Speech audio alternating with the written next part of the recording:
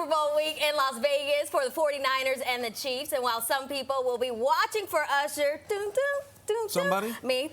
The commercials or to catch a glimpse of Taylor Swift, true fans will have their eyes on the game, like you. But that's right. And there's at least one other New Yorker who knows really what the pressure is like to be in the Super Bowl. We're talking Willie Colon. He's a Super Bowl champ who played for the Steelers and Jets. Take a guess, he didn't win that with the Jets. He's a Bronx-born graduate of Cardinal Hayes High School and Hofstra University, and now he's co-host of the Craig Carton Show. Yeah, Willie joins us now to talk about Super Bowl week. First of all, welcome to the show. Thank you for having me. Okay, so I know a lot of these players, they probably dream of this moment. So there's the excitement of wanting to do this since you were a little kid, but then you also got to get down to business. So how do you balance the both this week? Yeah, tell the family to leave you alone.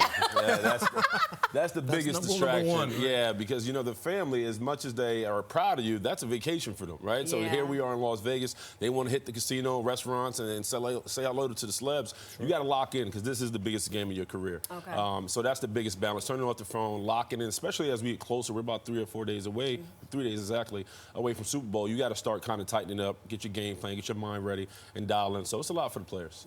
Now, these two teams met in 2020, so I'm going to pick your brain a little bit. What do you think? Are we going to see a repeat performance? The Chiefs obviously came on top. Well, if you're a Niners fan, you hope not. Yeah, right. They're favored, though, right now by just a couple. They are favored. And I think the biggest battle, obviously, there's been a lot of talk about the quarterbacks, but it really comes down to the coaches, right? Everybody knows who Andy Reid is and what he's been able to accomplish. 4 Super Bowls in 5 years. Patrick Mahomes is he's the living GOAT, if you will. Right. But it really comes down to Kyle Shanahan because he's lost 2 Super Bowls, and here's his opportunity to finally win one. Just like his dad. His dad lost 2 Super Bowls and finally won one with the Broncos. So hopefully he can bring one home to his family. Okay, so this is the 4th Super Bowl appearance for Mahomes, as you mentioned. There's a lot of talk about will he surpass Brady. I know there's a lot. That's many years to go. I know he's focused on what's right now, but what are your thoughts on that? Well, I have 6 Super Bowls here on this ring, I got right? really big rings. There's 6 here. Brady has 7, so let me put this down. It's, you know, I think Patrick said it best when he was asked the same exact question. He has a lot of work to do. He's having a hell of a career. He's 28 years old. He's living in his prime. His career is way ahead of him. But he's done amazing things. I think for him right now is being able to trust his teammates, especially this receiving core, who had a lot of woes dropping the ball earlier this year. You got to understand what he's been able to get through thus far. Playing in a cold weather game against Miami, won that one. Going on the road, beating Buffalo, beat Baltimore in the AFC Championship, and now he's arrived. He's playing in Las Vegas for Super Bowl 58. He's an amazing quarterback. He is obviously the face of the NFL, but going forward, man, if he wins this game, the question is, can he go for number 3? No quarterback has ever done that. Right.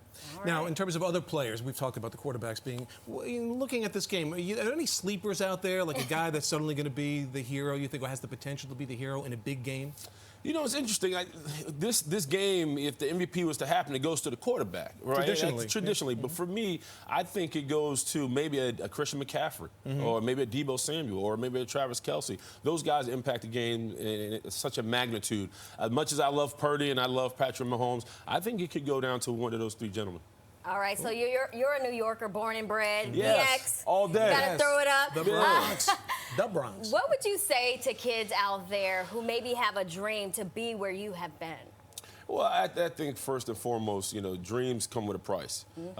You have to sacrifice. You got to be able to understand what you want. Everybody wants to, right? So it's competitive. And if you're competitive like I was growing up, I really had to just, one, find strength within myself, believe in what I can do, and then what I couldn't do, ask for help. Because I think sometimes our egos get in the way or fear gets in the way. I think I was extremely fortunate to have a family who supported me and loved me. I had a coaching staff throughout my career who believed and supported and loved me. But it also comes down to you. You know, how much do you prepare, how much you dial in, and how much do you really love what you say you love? Because there's times when nobody's going to be asking you questions, but you got to wake up and be disciplined about your craft. Now, to that point, now, that ring, by the way, was I know. unbelievable. No. I could look at that all day. We're blinded over here. But you were, I mean, basically, you were in the league 2 years, 3 years when you were in the Super Bowl. I mean, what the heck was that like? For me, it was interesting because I was drafted to Pittsburgh Steelers. Bill Cowher was the head coach at the time. And then the young Mike Tomlin showed up, and he showed up with the Gucci frames and a tight fade, and but this team was ready to win. They knew how to win. And for me, coming out of New York, I exuded New York. But here I am in Pittsburgh, and they was just like, who are you? What are you doing here? Right. And so when I joined the team, it was really, I was looking for validation because this team already had won a Super Bowl in 05 against the